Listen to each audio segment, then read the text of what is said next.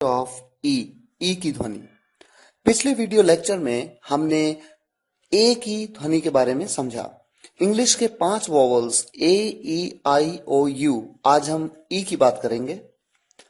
देखिए, ई के अलग अलग साउंड्स छोटी ई की तरह आपके सामने कुछ एग्जाम्पल्स हैं। एग्जाम्पल, यहां पर छोटी ई का प्रयोग हुआ। 11 एंगेजमेंट, एग्जाम, इलीट, इंग्लिश। यहां पर ई की ध्वनि है छोटी ई की।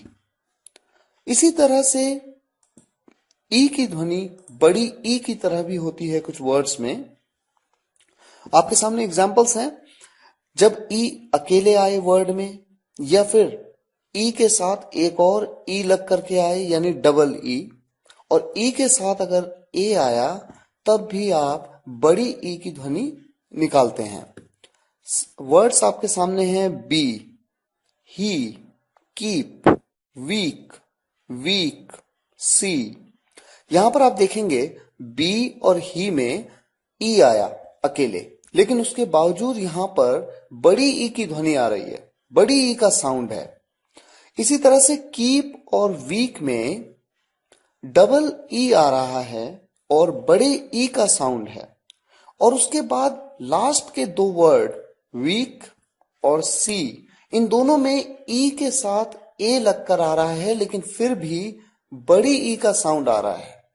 तो इस तरह से आप जो ये सीख रहे हैं, इसकी प्रैक्टिस तभी होती है जब ये वर्ड्स आपके सामने आते जाएंगे, जैसे जैसे आप इंग्लिश सीखते जाएंगे। अब देखिए, आपको ताज्जुब होगा ये जान के कि कहीं पे केवल ई आया, लेकिन उसके बावजूद इसकी प्रोनाउंसिएशन का मतलब उच्चारण, इसका उच्चारण आ रहा है ए। ई का उच्चारण ए की तरह इन वर्ड्स में होता है और इन जैसे कई वर्ड्स में मिलेगा आपको।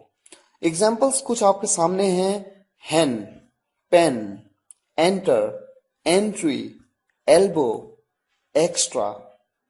ये कुछ वर्ड्स हैं जिनमें ई का साउंड है ए। तो ई के 3 साउंड्स आपने पढ़े, छोटी ई का साउंड, बड़ी ई का साउंड और ए का साउंड।